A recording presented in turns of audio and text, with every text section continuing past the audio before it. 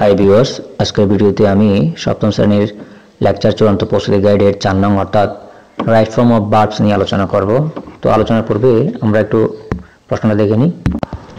এক নম্বর হচ্ছে কি, রিড দ্য ফলোইং পেজেস, নিচের এই পেজেসটা পড়ো and rewrite it using the right form of verb, এবং ভার্ব ব্যবহার করে পুনরায় লেখো। দেখো, once there live in idle king, অর্থাৎ এক সময় এক রাজা ছিল, এটা অতীতের কাজ না, তাহলে লিভ হয়ে যাবে, লিপ হয়ে যাবে, লফট হয়ে যাবে, ঠিক আছে।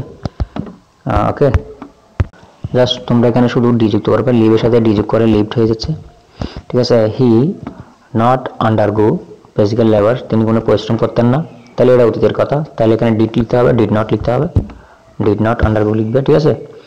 তারপর অ্যাজ এ রেজাল্ট, ফলস্বরূপ তিনি কি হলেন, হি গেট লেখা আছে এখানে, বাল্কি অর্থাৎ তিনি মোটা হয়ে যাচ্ছিলেন, তাহলে এখানে গেটকে লিখতে হবে গট, যেহেতু পাস্ট টেন্সের কথাগুলো বলা হচ্ছে সেজন্য।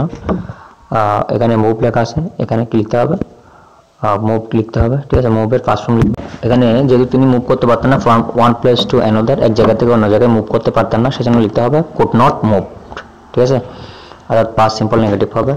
তো এখানে হি কল্ড এ ডক্টর, তিনি একজন ডাক্তারকে ডাকলেন, তো ডাকলেন এটা তো অতীতের কাজ, অতীতের কথা, সবগুলো অতীতের কথা হচ্ছে, সেজন্য সবগুলো পাস্ট ফর্মই হবে, ঠিক আছে, যেহেতু সবগুলো পাস্ট টেন্সই হচ্ছে।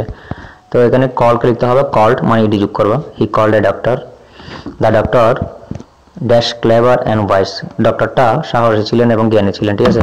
তো এখানে ছিলেন যেহেতু অতীতের কথা, তো এখানে ওয়াস হবে, ঠিক আছে, এভাবে করে আমরা এগুলো লিখবো। তো হি এখানে আচ্ছা যাক, আমরা সামনের দিকে দেখি। তো এখানে নেগেটিভের একটা চিহ্ন দেখতে পাচ্ছি, নট, ঠিক আছে। তো হি ডিড নট প্রেসক্রাইব, এরকম হবে, তিনি কোনো প্রেসক্রিপশন দিলেন না, and medicine for the king, কিংয়ের জন্য, রাজার কোনো মেডিসিনই দিলেন না তিনি। হি আস্কড দ্য কিং, তিনি কিংকে বললেন টু বাই, কিনতে আর কি, অ্যান্ড মুভ, এটা ঠিকই থাকবে, এটা কোনো চেঞ্জ হচ্ছে না, কিংয়ের যেহেতু প্রেজেন্ট টেন্সে বলা হচ্ছে এটা ঠিক থাকবে, ঠিক আছে, ইনফিনিটিভ। তো এখানে হ্যাড আছে, সরি গেট আছে, গেটকে পাস্ট ফর্মে লিখতে হবে গট, ঠিক আছে। তো আমি এগুলোর একটু আনসারটা দেখে নিই, কেমন। দেখো, আমি পেজেসটা এখানে শো করে রাখছি। তো এখানে ওয়ান্স দেয়ার লিভড হবে, এটা past simple, and idol king, he did not undo, past simple negative হবে এটা। অ্যাজ এ রেজাল্ট, ফলে হি কোড, হি গেট থেকে গট হয়ে গেল, পাস্ট সিম্পল, ঠিক আছে। এনি could not moved, ঠিক আছে, এটা পাস্ট সিম্পল নেগেটিভ হবে। হি কল্ড অর্থাৎ past tense, the doctor clever wise, he did not prescribe any medicine for king, he asking to buy, infinitive হবে, এটা মুভ হবে, এখানে গট হবে, ঠিক আছে। তো 2 নম্বর প্যাসেজ দেখো, এখানে 2 নম্বর প্যাসেজ এখানে লেখা আছে, আমি জাস্ট আমি বলে যাই। বাংলাদেশ ইজ আওয়ার, ঠিক আছে, বেলভড মাদারল্যান্ড, এখানে প্রেজেন্ট সিম্পল টেন্স, ঠিক আছে, ইস হয়েছে সেই জন্য। তারপর ইস হবে এখানে যেহেতু প্রেজেন্ট টেন্স, ঠিক আছে। এটা 1971 সালে স্বাধীন হয়েছিল, সেজন্য বিকেম লিখতে হবে, বিকাম লেখা যাবে না, যেহেতু স্বাধীন হয়ে গিয়েছিল, অনেক আগে হয়ে গিয়েছিল, সেজন্য বিকাম, যেহেতু পাস্ট ফর্মে পাস্ট টেন্স আছে, মানে অতীতে হয়ে গেছে না, সেজন্য পাস্ট টেন্স, সেজন্য পাস্ট ফর্মই হবে, ঠিক আছে। তো এখানে এইটা হচ্ছে পাস্ট সিম্পল, ঠিক আছে। ফাইট আছে, ফট লিখতে হবে, ফাইটের ফার্স্ট ফর্ম হচ্ছে ফট। আচ্ছা, আমি এখানে একবার বলে নিই আগে, এখানে বাংলাদেশ ইস হবে যেহেতু প্রেজেন্ট টেন্সে বলা হচ্ছে এটা, সেজন্য এগুলো সবগুলো পাস্ট টেন্সে কথা, সেজন্য পাস্ট ফর্মে হবে, যেমন বিকেম হয়ে যাবে। তারপর এখানে ফাইট আছে, ফট হয়ে যাবে। তারপর এখানে বিকাম আছে, বিকেম হয়ে যাবে। তারপর এখানে গো আছে, ওয়েন্ট হয়ে যাবে, ঠিক আছে, এখানে ওয়েন্ট হয়ে যাবে। এখানে বি আছে, এটা প্রেজেন্ট টেন্সের কথা, সেজন্য এটা আর হবে, ঠিক আছে। এটা অ্যাচিভ আছে, অ্যাচিভড হয়ে যাবে, এখানে ডি যুক্ত করবা, পাস্ট টেন্স। হ্যাভ হয়ে যাবে, হ্যাড, এটা মনে রাখতে হবে, এটা ভবিষ্যতে কথা বলছে, তাই উইল রিমেম্বার হবে। তো আমরা যাই এখন আসল কাজে। দেখো, বাংলাদেশ আমাদের প্রিয় জন্মভূমি, এই কথাটা এখানে বলা হচ্ছে প্রেজেন্ট টেন্সে, সেজন্য প্রেজেন্ট ফর্ম, ঠিক আছে। এই যে বিকেম হয়ে গেল বিকাম, বিকাম হয়ে গেল বিকেম, এখানে ফাইট হয়ে গেল ফট, হেল্প এখানে ইডি, হেল্প দিতে হবে, বিকেম হয়ে গেল বিকাম হয়ে গেল বিকেম, ঠিক আছে।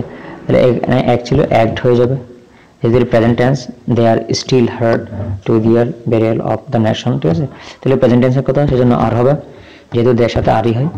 তারপর এখানে অ্যাচিভ হয়ে যাবে অ্যাচিভড, এখানে হ্যাভ হয়ে যাবে হ্যাড, উইল রিমেম্বার এটা ফিউচার টেন্সের চিহ্ন, সেজন্য এখন আমরা পেজ 3-এ যাব, 3-টা দেখবো। দেখো 3 নম্বর, রিড দ্য ফলোইং পেজেস, নিচে পেজটা পড়া, and rewrite using the right form of verbs এবং সঠিক ফর্ম বসাইয়ে ভার্বের এটা কত আবার পুনরায় লিখো। তো টু ইয়ার ইন হিউম্যানস, মানুষ স্বভাবতই ভুল করে। If man commits crime anything any time, যদি সবসময় মানুষ ভুল করে। অ্যান্ড রিপেন্টস ট্রুলি, এবং এটার জন্য অনুশোচনা করে। ফর হিজ মাইন্ডস, তার এই যে অপরাধের জন্য। হি মে গিভ, তাকে ক্ষমা করা উচিত। তাহলে এখানে যেহেতু প্রেজেন্ট সিম্পল টেন্স, প্রেজেন্টের কথা বলা হচ্ছে, সেজন্য এখানে হবে কমিটস এস যুক্ত করব, এখানে রিপিটসের সাথে এস যোগ করব। এখানে যেহেতু এটা প্যাসিভ, সেজন্য বি ফরগিভেন হবে। ওকে, তো আমি দেখাতে শুরু করতেছি। দেখো এখানে এটা এভাবে বলা আছে, কমিটস হবে, এখানে রিপিটস হবে, বি ফরগিভেন হবে। ঠিক আছে, এখন আমরা দ্বিতীয় লাইনটা পড়ব। দেখো আর বলা হচ্ছে কি, but the man who did give up the wrong, যে ভুল কাজ ছাড়ে না, ঠিক আছে, শিওরলি, তাহলে সে he will take the land of that, তাহলে মৃত্যুর সময় সে কষ্ট পাবে, তাহলে উইল আছে। তো আমরা এটা একটু দেখে নিই। দেখো এখানে বলা হচ্ছে, তাহলে এখানে ডাজ নট গিভ ফান হবে, প্রেজেন্ট সিম্পল নেগেটিভ, তাহলে উইল সাফার হবে। তারপরে এটাতে আমরা দেখতে পাচ্ছি যেহেতু ভবিষ্যতের কাজ, ভবিষ্যতের কথা, সেজন্য উইল টেকেন হবে, ফিউচার সিম্পল প্যাসিভ হবে। যেহেতু ওল্ড ম্যান সেলার, ঠিক আছে, তো এটা পাস্ট টেন্সের চিহ্ন, পাস্ট, সেজন্য ওয়াশ হয়ে যাবে। ঠিক আছে, এটাও পাস্ট সিম্পল টেন্স, সেজন্য কমিটেড লিখতে হবে, কমিটকে। তাহলে এটা জেরিন, অর্থাৎ আই ইন ফ্রম, অর্থাৎ বাই কিলিং হবে। ঠিক আছে, এখানে পাস্ট সিম্পল, সেজন্য বাইকে বট লিখতে হবে। ওকে, এতটুকুই হচ্ছে কাজ। এখন আমরা চারে চলে যাব। তো চারে যাওয়ার আগে একটা কথা বলে নিই, লেকচার প্রস্তুতি গাইডের পড়াগুলোকে অনেক সহজ করে আমরা একটা পিডিএফ তৈরি করেছি। এই পিডিএফটি সংগ্রহ করলে তোমার আর টিচার প্রয়োজন হবে না, এমনকি পড়া মুখস্থ করা লাগবে না। এখানে প্রত্যেকটা টপিকস, অর্থাৎ প্রিপোজিশন বলো, চেঞ্জিং ভয়েস বলো, টেন্স আইডেন্টিফাই করা বলো, right form of verb, conjunction, seen unseen passage কীভাবে কনসেপ্ট করে, লেটার প্যারাগ্রাফ কীভাবে লেখে, একটা লিখে সবগুলো কীভাবে লেখা হয়, ডায়লগ কীভাবে একটা লিখে সবগুলো লেখা যায়, এই ধরনের আর কি সব টিপস আমরা সবগুলো সহজভাবে আমরা একটা পিডিএফ তৈরি করেছি এগুলো দিয়ে।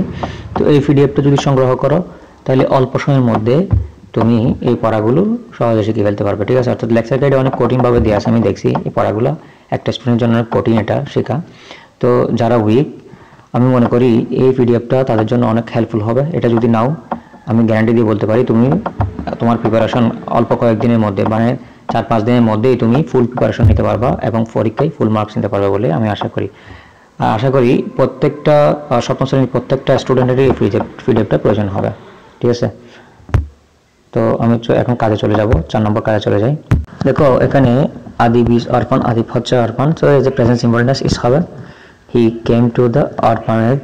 ঠিক আছে, এট দ্য এজ অফ 4, তো এটা 4 বছর বয়সে সে আসছিল এখানে। তো এই যে আসছিল, এটা হচ্ছে অতীত, সেজন্য কাম হয়ে যাবে কেম। ঠিক আছে, একইভাবে এখানে কমিট যেটা আছে, যেহেতু কথাগুলো অতীতের বলা হচ্ছে, সেজন্য সবসময় পাস্ট ফর্মে বসাবে। ঠিক আছে, কমিট এখানে হয়ে যাবে কি, আচ্ছা এখানে লস আছে, লুজ হয়ে যাবে লস্ট। ঠিক আছে, তারপর এখানে আছে কি, এই যে কমিট হয়ে যাবে ওয়াজ কমিটেড, এরকম। ঠিক আছে, তাহলে এখানে কি আছে, বি ওয়াজ কমিটেড হবে, তো এখানে কালেক্ট হয়ে যাবে, এখানে জেরিন, বি হবে ডেভেলপড, পাস্ট সিম্পল, ড্র হয়ে যাবে ড্রিউ। ঠিক আছে, এরকম করে করে তোমরা এগুলো করবা। ঠিক আছে, তা the writer was impressed with him, Impress হয়েছিল আর কি, তো এটা পাস্ট টেন্সের চিহ্ন, পাস্ট হবে, যে জেরিন শোয়িং হবে, এখানে টেক হয়ে যাবে টুক। ঠিক আছে, তো আশা করি তোমাদের জন্য এই পিডিএফটা খুব হেল্পফুল হবে। আর এতক্ষণ ভিডিওটি দেখার জন্য তোমাদের ধন্যবাদ। ভালো থাকবে সবাই।